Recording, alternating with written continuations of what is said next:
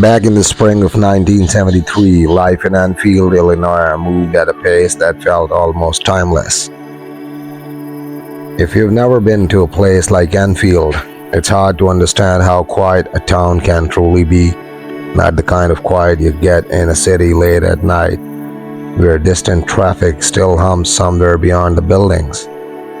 I mean the kind of quiet where the loudest sound after dark is the wind brushing through cornfields or a dog barking half a mile away. That was my town.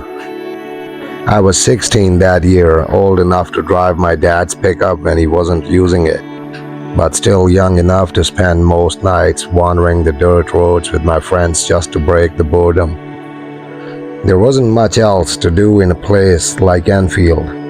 No movie theater, no mall, just farmland stretching in every direction and narrow country roads disappearing into woods that most people avoided after sunset. The town itself was small enough that everybody knew everybody else. My parents knew nearly every family on our road, and most evenings you could see neighbors sitting on their porches watching the sun drop behind the tree line. Nothing strange ever happened there. At least that's what we believed back then. The woods around Enfield had always been part of our lives. There are patches of oak and maple surrounded by the farmland, and narrow creeks cut through them like veins running through the land. During the day, those woods were just another part of the countryside, places where kids hunted squirrels, rode bikes down muddy trails, or skipped stones across the creek water. But at night, those same woods felt different.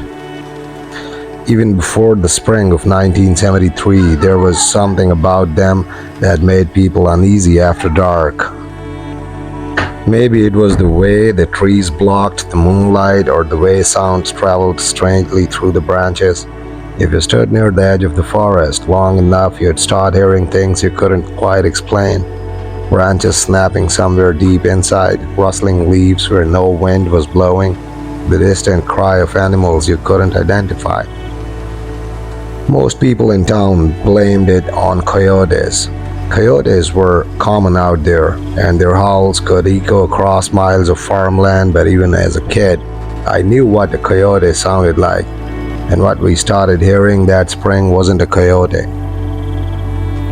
The first strange night I remember came sometime in early April. I was lying in bed with my bedroom window cracked open, letting in the cool air from outside. The house had already gone quiet. My parents asleep down the hall, the television off, the only light coming from the moon shining through the curtains. Then I heard it.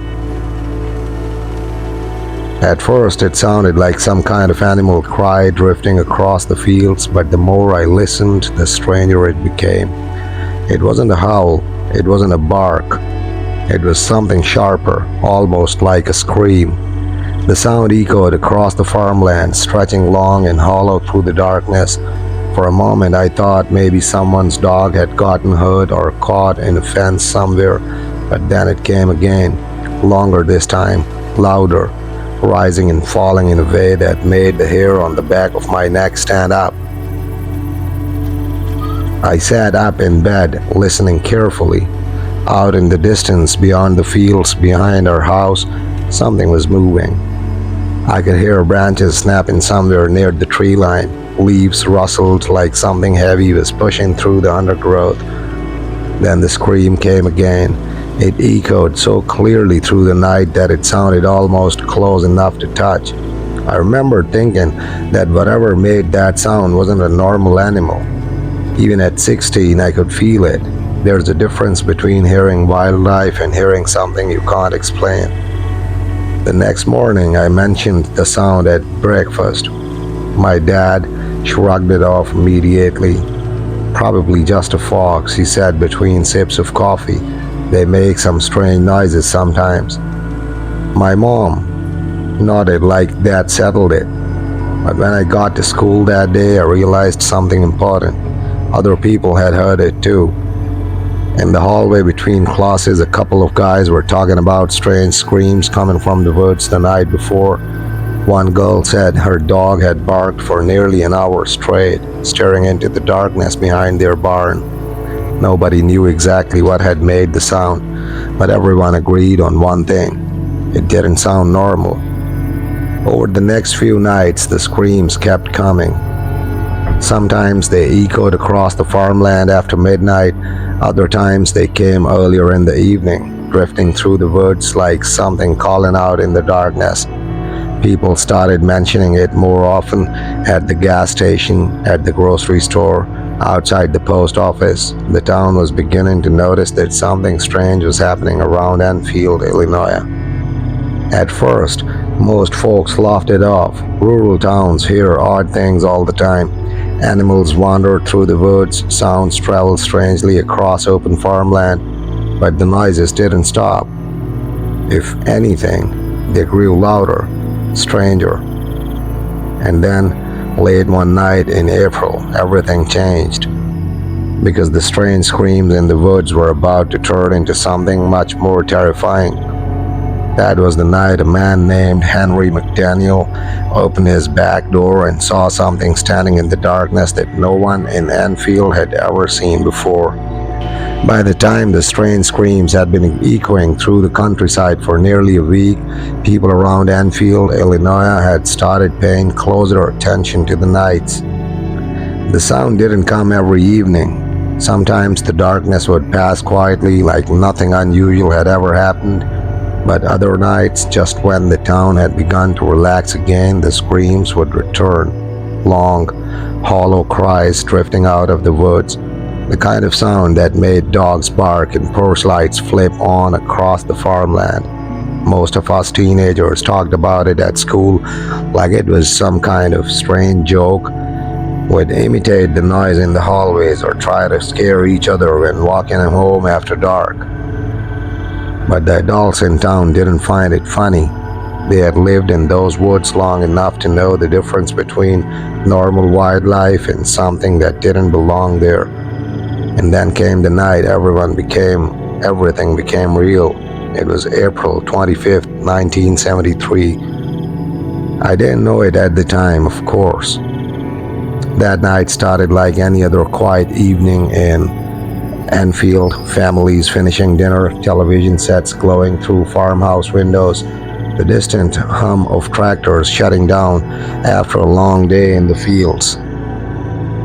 But a few miles from my house, something strange was happening at the home of a man named Henry McDaniel. McDaniel lived in a small house near the edge of town, surrounded by fields and patches of woods like most homes around Enfield. Nothing about the place stood out as unusual. It was just another farmhouse sitting quietly in their Illinois countryside until around 10 o'clock that night. According to McDaniel, the first thing he heard was scratching. Soft at first, then louder, like something clawing against the side of the house. He stepped outside with a flashlight to see what was going on. Around farms, noises like that usually meant a stray dog or maybe a raccoon trying to get into garbage cans. But when he reached the yard, the beam of his flashlight didn't find any animal. Instead, the light caught something standing near the back fence. Something alive. Something watching him. Later, when McDaniel described what he saw to police and reporters, his words sent a chill through the entire town. He said the creature stood about 4 or 5 feet tall. It had a dark gray body, 2 short arms, and 3 legs. 3. At first, people thought he must have been mistaken, but McDaniel swore that the creature didn't walk the way animals normally do. Instead, it moved with strange, powerful jumps. He also described its size: pink, glowing in the beam of the flashlight like 2 small lights staring back from the darkness. When the creature realized it had been spotted, it didn't charge or run the way a wild animal might. It jumped. McDaniel said the thing launched itself nearly 75 feet in a single bound, clearing the ground with a movement so sudden it almost looked impossible. Then it disappeared into the darkness beyond the fence. McDaniel didn't hesitate after that. He ran inside the house, locked the door, and called the police.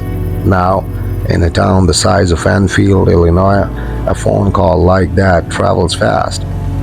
Within a short time, officers arrived at the property to investigate what McDaniel had seen. At first, they assumed the situation would turn out to be nothing more than a frightened farmer misidentifying some animal wandering through his yard.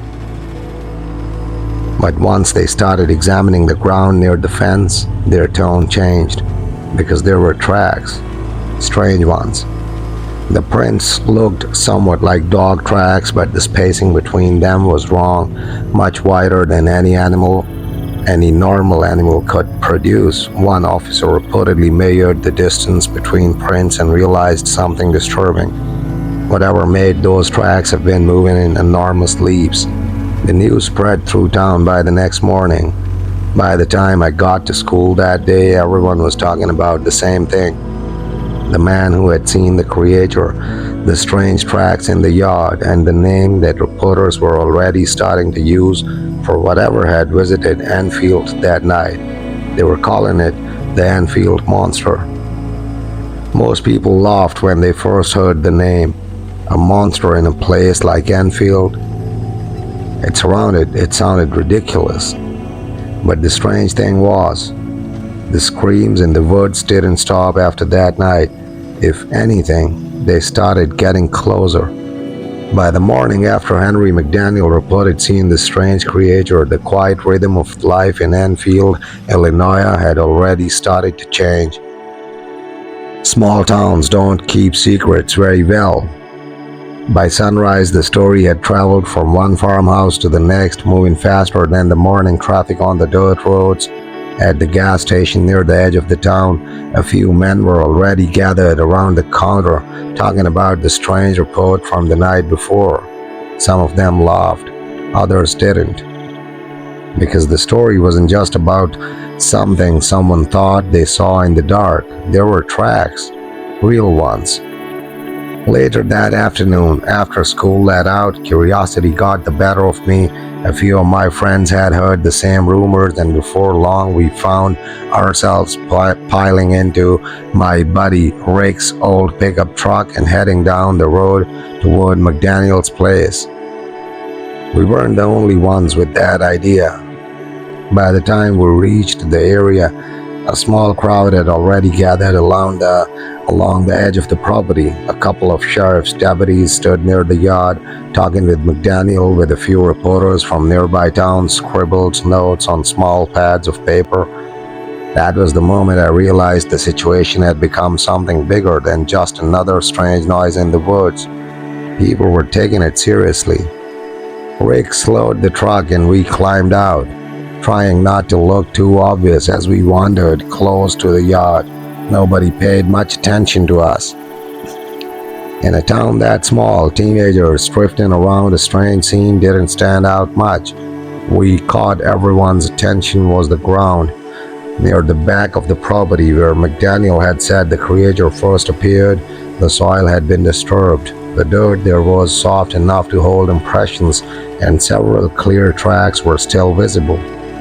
I'll never forget the first time I saw them.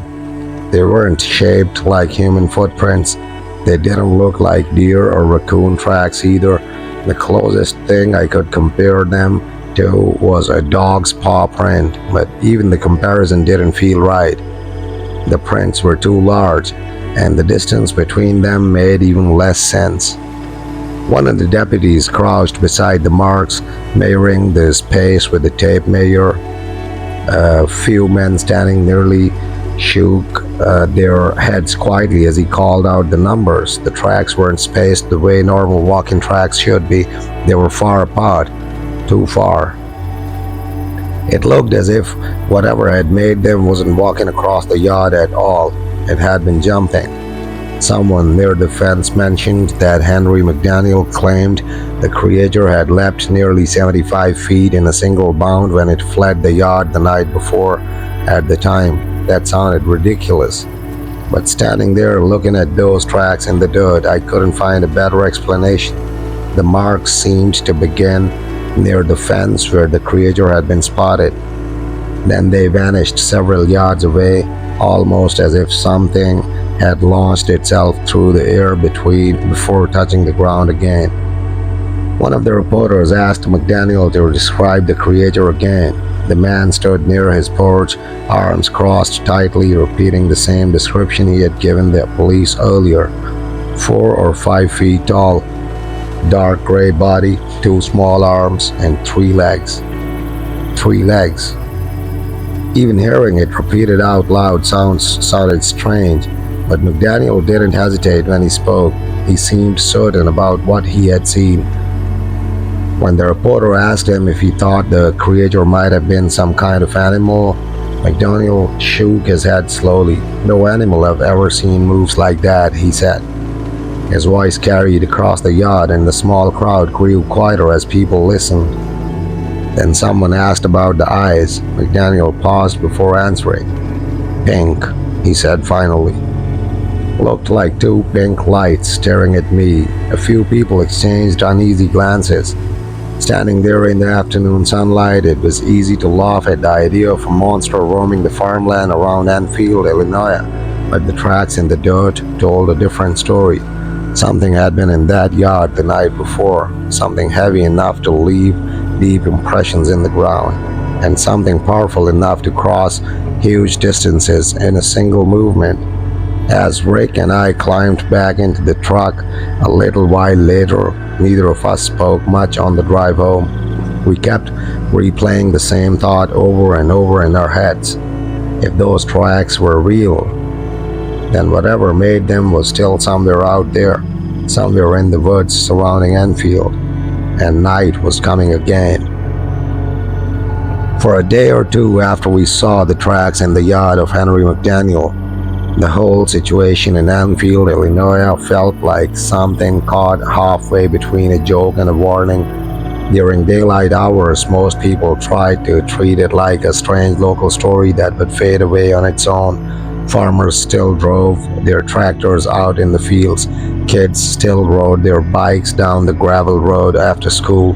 The grocery store and the gas station kept their usual quiet rhythm, but the conversations had changed. Everywhere you went, people were talking about the same thing. At the diner in the morning, at the gas pumps in the afternoon, on front porches as the sun started to set. Everyone had heard about the creature McDaniel claimed to see in his yard. Everyone had heard about the strange tracks that deputies had measured in the dirt, and everyone had their own theory. Some folks said it had to be a large kangaroo that escaped from somewhere. Others guessed it might be some kind of injured animal moving in an unusual way. A few of the older men at the diner insisted the whole story was just a misunderstanding that had gotten out of hand. But no one could explain the screams that kept coming from the woods at night, because those sounds hadn't stopped. If anything, they had grown louder. 2 nights after the incident at McDaniel's house, I was outside helping my dad close up the tools in the barn when we both heard it again. The sound rolled across the farmland like an echo bouncing between the trees, a long, piercing cry. It started low, almost like a growl, then rose suddenly into something that sounded far too sharp and hollow to belong to any animal I'd ever heard. My dad stopped in the middle of locking the tool cabinet. For a few seconds, we both stood there listening. The scream came again. This time it sounded closer. It carried across the darkening fields and drifted out of the trees line that bordered the far end of our property. I remember glancing toward the woods, half expecting to see something moving between the trees, but the forest stood still, just a wall of dark trunks and shadows swallowing the last of the evening light. My dad finished locking the cabinet and shut the barn door a little faster than usual. "Probably a fox," he muttered, but his voice didn't sound convinced. Over the next several nights, more people around Enfield, Illinois started reporting the same strange cries. Some claimed the sound came from deep inside the woods. Others said they heard it moving across the farmland like something wandering between properties. A farmer on the north side of town told a deputy he thought he saw something running through his field one night, though he couldn't describe it clearly in the dark. Another resident claimed his dogs refused to leave the porch after sunset anymore, whinnying and staring toward the tree line like they sensed something out there. Word of the strange event spread beyond Enfield faster than anyone expected. Within a few days, reporters from nearby towns had started diving in to ask questions. They spoke with Henry McDaniel again, asking him to repeat the details of what he had seen. They photographed the yard where the tracks had been found, and they printed stories describing the creature that had begun haunting the quiet countryside. That was when the name really struck. The newspapers started calling it the Enfield Monster. Once the name appeared in print, people began repeating it everywhere. Kids joked about it in school hallways. Farmers mentioned it over coffee at the dinner. But behind the jokes and nervous laughter, something else was beginning to take hold. Unease. Because the screams in the woods were still happening, and nobody had managed to explain them. A few men in town started talking about organizing a search through the nearby forests to see if they could track down whatever was wandering through the area. Some of them brought rifles, others brought flashlights and hunting dogs. Most of them assumed they would eventually find a normal animal responsible for all the noise and strange tracks. But there were also a few people who weren't so sure. I remember standing with Rick and a couple of other friends outside the gas station one evening as the sun sank below the trees. The conversation kept circling back to the same question. What if the thing Henry McDaniel saw wasn't an animal at all? Rick laughed when someone suggested that. "Yeah, right," he said, kicking a pebble across the gravel lot. "A three-legged monster jumping around the woods." We all laughed too. But none of us stayed outside very long after dark that night because something in the woods around Enfield was still screaming, and sooner or later, someone was going to see it again. By the end of that week, the strange cries in the woods had become part of the nightly conversation in Enfield. Every morning at school, someone had a new story. A farmer who heard the scream behind his barn, a dog that refused to leave the porch after sunset, a shadow moving across a field that nobody could quite explain. Most of the adults tried to treat the whole thing seriously, but for us teenagers, the situation created a different kind of energy, curiosity. When you're 16 and living in a quiet farming town, the appearance of something mysterious in the woods becomes the most exciting thing that has happened in years. The warnings from parents and teachers only made the whole situation more tempting. I didn't take long before the idea started forming among my friends. If the Enfield Monster was really out there somewhere, why not try to see it for ourselves? The plan came together on a cool Friday night after a long day of school. Rick had borrowed his older brother's pickup truck, and a few of us gathered in the gravel parking lot near the gas station just outside town. There were four of us all together. Rick was the one who always acted like nothing scared him. Danny brought along a flashlight and a baseball bat, though he kept insisting it was just in case we ran into a stray dog. And I almost stayed quiet, trying to convince myself that the whole adventure was just harmless curiosity. None of us really expected to find anything. We were just bored teenagers chasing a story that had taken over the town. The road leading out toward the wooded farmland was nearly empty that night. As the truck rolled along the dark gravel road, the headlights bounced across fence posts and patches of tall grass swaying in the wind. Somewhere in the distance, a dog barked. Otherwise, everything felt strangely still. We parked near a narrow dirt path that cut into the woods, not far from the property of Henry McDaniel. Rick shut off the engine, and the sudden silence felt heavier than any of us expected. Out there, away from the lights of town, the darkness seemed deeper. The trees stood like tall, black shapes against the faint glow of the sky, and the wind moving through the branches made a soft, whispering sound that never quite stopped. Danny switched on his flashlight. The beam cut a pale circle through the trees. "All right," Rick said quietly. "Let's see this monster everyone's talking about." We started walking down the narrow path. At first, the woods looked exactly the way they always had during hunting season. Fallen branches scattered across the ground, patches of leaves crunching under our shoes, the occasional hoot of an owl somewhere deeper in the forest. But after a few minutes, something about the place began to feel different. Quieter, almost too quiet. The normal night sounds you expect in the woods seemed to fade away the farther we walked. No crickets, no frogs. Even the wind seemed to weaken beneath the thick branches overhead. Danny slowed down, sweeping the flashlight beam across the trees. "You guys hear that?" he asked. We stopped. For a moment, none of us spoke. Then it came. The scream. It erupted from somewhere deep in the forest, loud enough to echo between the trees like a sound bouncing through a tunnel. Up close, it sounded even worse than it had from our houses back in town. It wasn't just loud. It was wrong. The cry started with a low rumble, then climbed sharply into a piercing shriek that made the hair on my arms stand straight up. Rick turned toward the darkness beyond the flashlight beam. "That's no fox," he said quietly. The scream came again, closer this time. Branches snapped somewhere ahead of us, heavy ones, like something large pushing through the undergrowth. Danny raised the flashlight and aimed it toward the sound, the beam trembling slightly in his hand. For a second, the woods remained empty.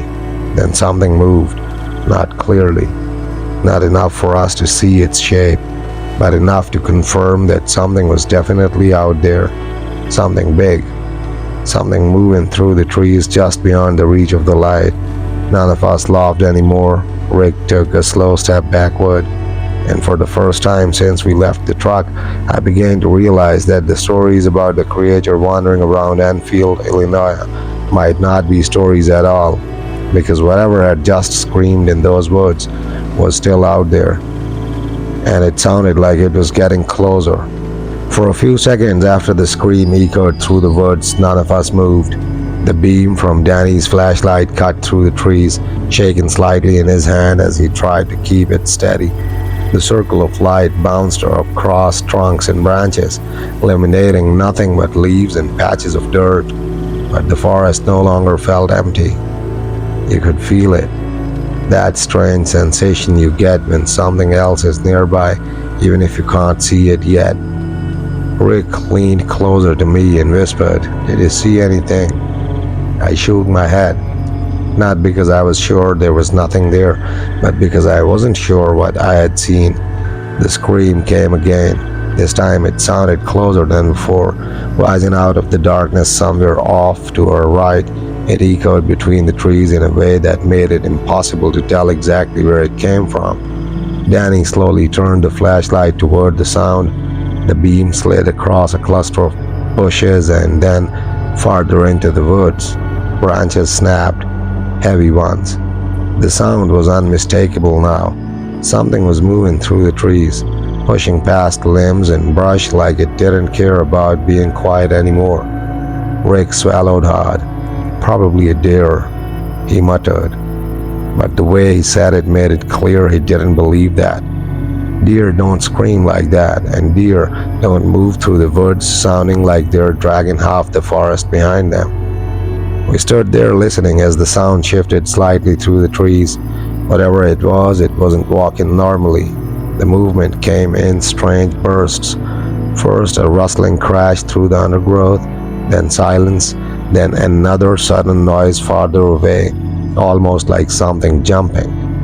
I remembered the story Henry McDaniel had told about the creature in his yard, how it had leapt enormous distances when it fled.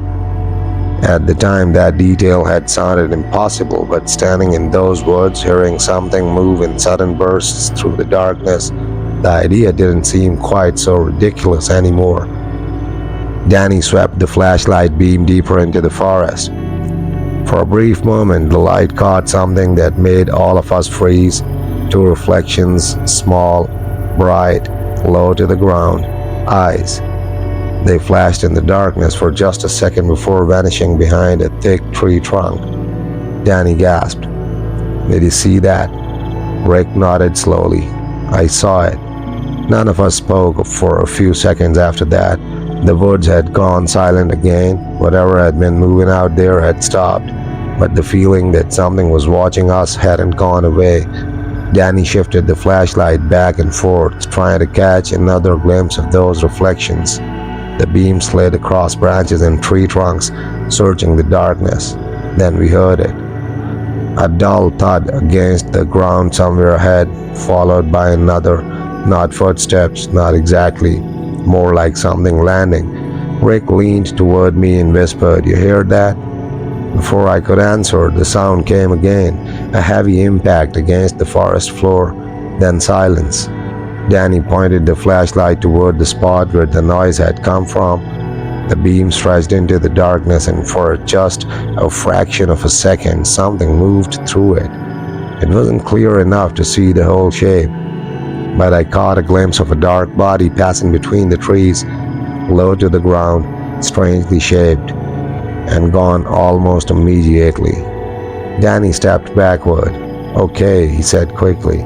"I think we should go." Rick didn't argue this time. None of us did. The strange sound in the woods, the screaming, the flashing eyes in the darkness, it was suddenly too much to ignore. We began moving back toward the path as quickly as we could, but as we walked, one thought kept circling through my mind. If that really was the Enfield Monster moving through the forest, then it hadn't just been wandering near Henry McDaniel's house. It was still out there, still moving through the woods surrounding Enfield, Illinois. And for a few terrifying seconds that night, it had been watching us. None of us said much as we hurried back toward the dirt path that led to Rick's truck. The woods behind us had gone quiet again, but the silence didn't feel comforting anymore. It felt like the kind of silence that comes when something stops making noise on purpose, like something waiting. Danny kept the flashlight pointed toward the ground as we walked, the beam bouncing across fallen branches and patches of dirt. Every time a twig snapped beneath one of our shoes, all four of us flinched like the sound might draw something closer. The truck was only a few minutes away, but those few minutes felt much longer than the walk into the forest. When we finally reached the narrow dirt road where we had parked, Rick let out a breath he had clearly been holding. "Okay," he said. "That's enough monster hunting for one night." None of us disagreed. We climbed into the truck quickly, slamming the doors harder than usual as if the sound might somehow seal us off from whatever was lurking in the trees. Rick turned the key in the ignition. The engine roared to life. For the first time since we entered the woods, I felt a small wave of relief. But as the headlights flicked on and washed across the road ahead of us, something happened that made my stomach drop. The light didn't just illuminate the empty dirt road, it caught movement right at the edge of the trees. At first it looked like nothing more than a shadow shifting between the trunks, but then the shape stepped forward slightly and we all saw it. For a moment, nobody inside the truck spoke. The creature stood partly in the beam of the headlights, just beyond the roadside ditch. It was smaller than I expected, maybe 4 or 5 feet tall. Its body looked dark gray, almost blending into the shadows behind it. 2 thin arms hung low at its sides, barely moving. But what made my mind struggle to understand what I was seeing were its legs. There were 3 of them, one positioned slightly forward, 2 behind. The posture looked wrong somehow, like the creature balanced itself in a way no normal animal could. Danny leaned forward in his seat, staring through the windshield. "Is that?" He never finished the sentence, because the creature turned its head toward the truck, and the headlights caught its eyes. 2 small points of pink light flashed in the darkness. The glow lasted only a second, but it was enough to make every muscle in my body lock up. The thing was looking directly at us. Not like an animal startled by bright lights, more like something curious, studying us the same way we were studying it. Rick whispered, almost to himself, "That's it." The words hung in the air, the Enfield Monster. For a moment, the creature remained completely still at the edge of the trees. The headlights cast long shadows across its strange body, making its shape appear even more unnatural against the darkness. Then it moved, but it didn't run. Instead, the creature crouched slightly, almost like it was preparing itself. Rick suddenly snapped out of his frozen stare. "Hold on," he said. Before any of us could ask what he meant, the creature launched itself forward. It didn't run across the ground. It leapt. The movement happened so quickly it was almost impossible to follow. The creature sprang upward and forward in a single motion, clearing a huge stretch of ground before landing somewhere beyond the reach of the headlights. The truck rocked slightly as Rick slammed his foot on the brake. "Did you see that?" Danny shouted. But the creature was already gone. The words had swallowed it again. For several seconds, none of us moved. The headlights continued to shine down the empty dirt road. The forest beyond the ditch stood still, giving no sign that anything unusual had just happened. But we all knew what we had seen. Rick slowly put the truck back into gear. Nobody suggested chasing it. Nobody even mentioned the idea. Instead, we drove back toward the quiet streets of Enfield, Illinois in complete silence. Because for the first time since the strange screams began echoing through the countryside, someone other than Henry McDaniel had finally seen the creature, and it was very real. By the next morning, the story of what we had seen in the woods spread like wildfire through Enfield. Even in a small town, rumors traveled fast, and our sighting was impossible to ignore. At the gas station that morning, the usual quiet chatter was replaced by hushed conversations about the previous night. Some people laughed nervously, brushing it off as teenage exaggeration. Others looked at us with wary curiosity, the kind of look that says they've heard the stories before but didn't expect to see it confirmed by their own neighbors. I could feel a strange mixture of pride and dread.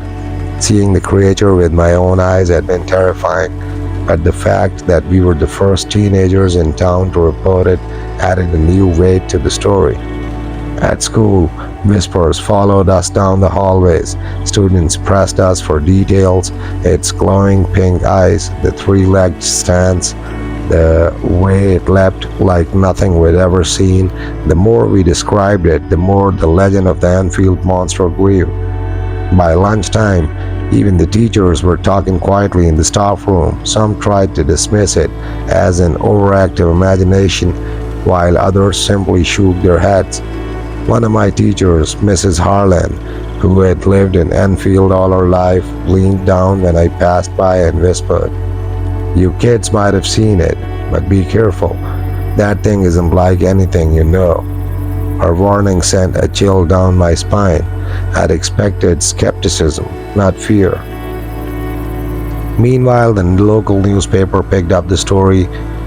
Reporters interviewed my friends and me, scribbling down our descriptions of the creature, the leaps it had made, and the screams that still echoed through the night.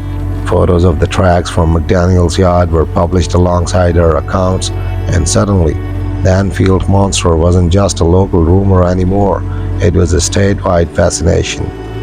By evening, the woods felt heavier, the trees loomed larger, the shadows stretched longer, and the air carried a faint, almost imperceptible tension that hadn't been there before. People who had previously ignored the screams now stayed close to their homes, checking doors and windows, making sure their dogs were inside. For my friends and me, the forest had become a place of both fascination and dread.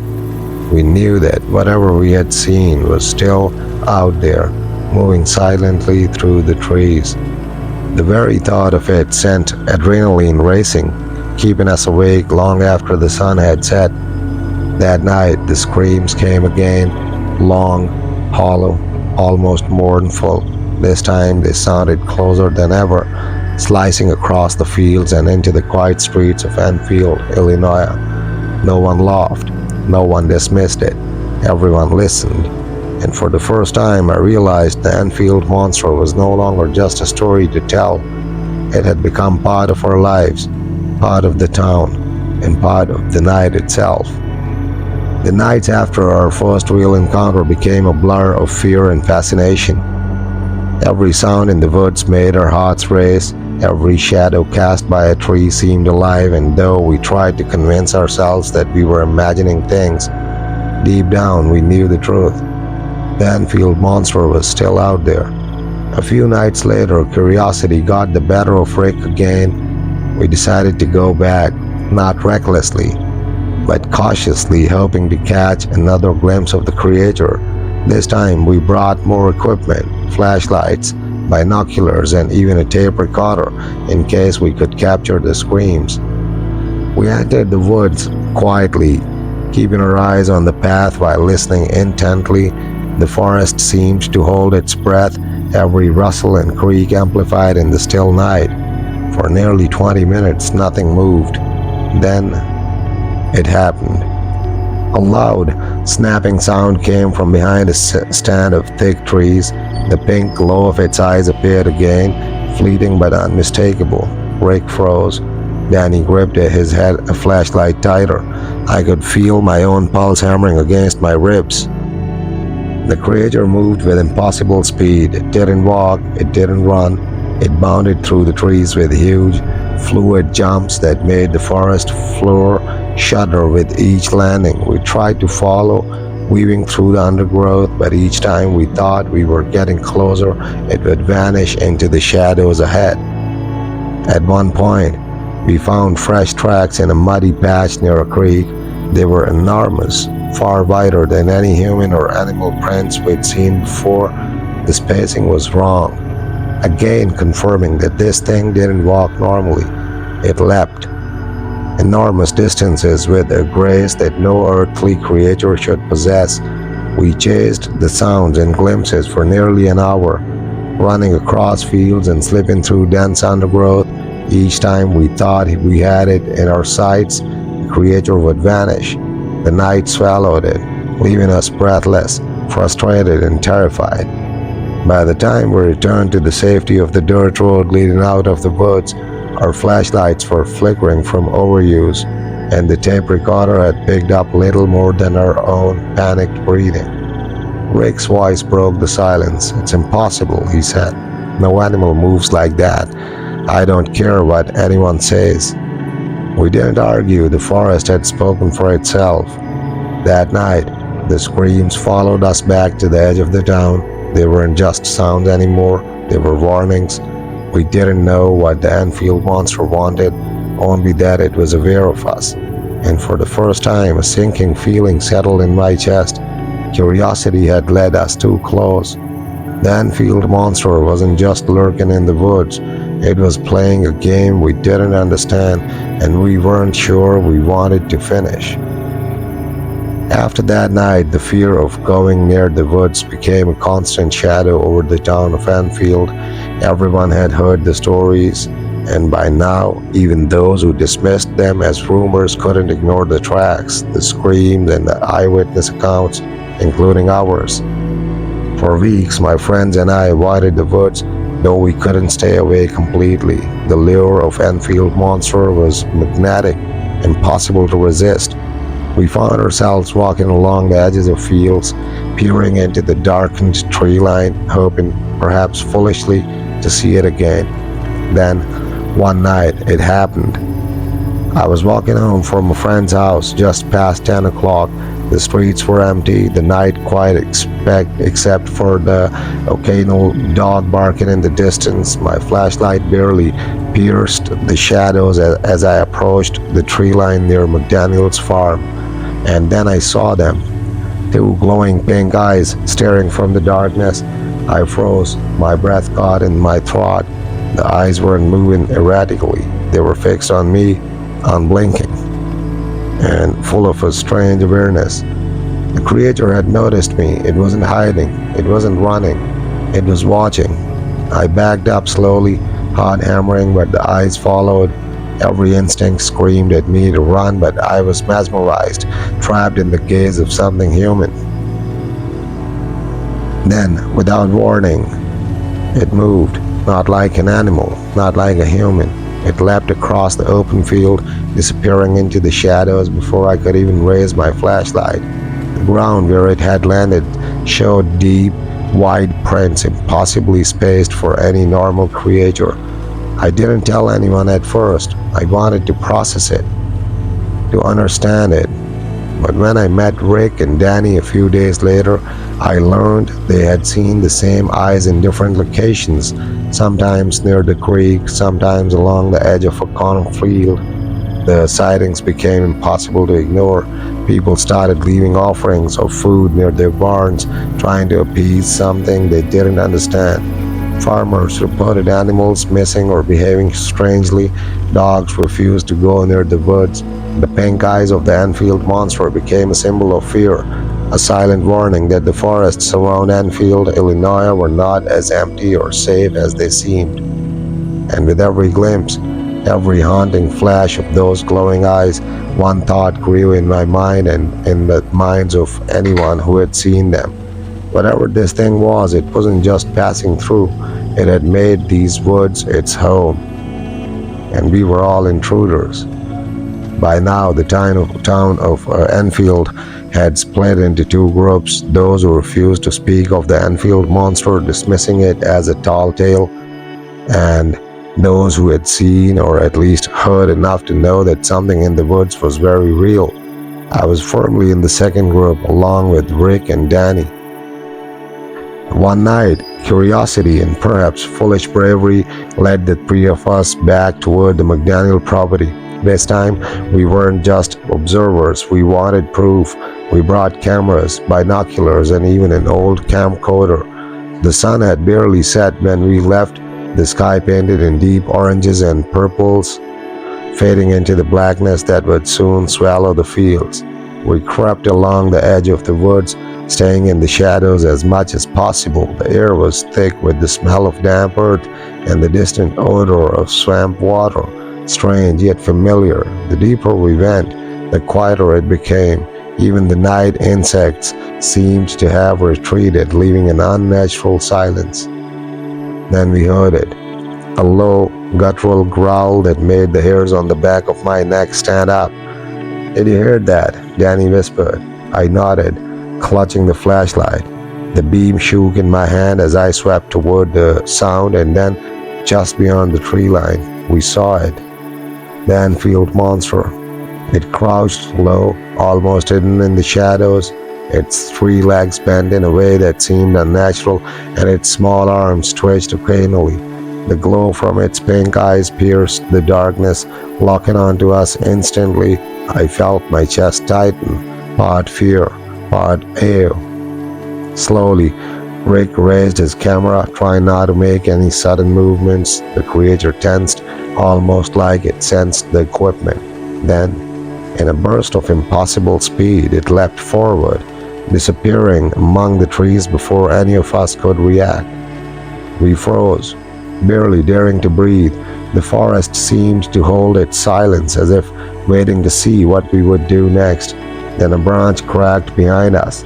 Something was moving closer, not running, not walking, but gliding, bounding it in bursts across the ground. My flashlight caught it for just a second, a shadowy form, low and wide, moving with a fluidity that defied explanation. We turned and ran toward the edge of the woods, hearts pounding, cameras swinging wildly. The creature didn't chase us, but the sense that it was still watching never left. Every snap of a twig, every rustle of the leaves made us flinch, but by the time we reached the safety of the open field and the distant lights of town, we were gasping for air. None of us spoke. Our eyes kept darting back toward the dark tree line, half expecting to see it leap again. That night changed everything. We had finally seen the Enfield Monster. After our final encounter, the town of Enfield, Illinois, settled into a tense rhythm. Life went on, farmers tended their fields, kids went to school, the diner served breakfast, but beneath the surface, a quiet unease lingered. Everyone knew something was out there, something watching, something unexplainable. For us teenagers, the experience changed everything. Rick, Danny, and I could never walk near the tree line without glancing nervously at the shadows. Every unexplained noise in the night made our hearts race. The stories of the Enfield Monster became part of our conversations, our memories, and our fears. The media continued to cover sightings. Some were exaggerated, others dismissed, but a few were confirmed by local law enforcement or curious hunters. Still, no one could capture the creature in a photograph or trap it. It remained elusive, intelligent, and terrifyingly free. At night, the screams continued, sometimes far away, sometimes so close that you could swear the trees themselves were screaming with it. Dogs refused to enter the woods, livestock sometimes went missing, and every now and then someone would spot the faint glow of pink eyes watching silently from the shadows.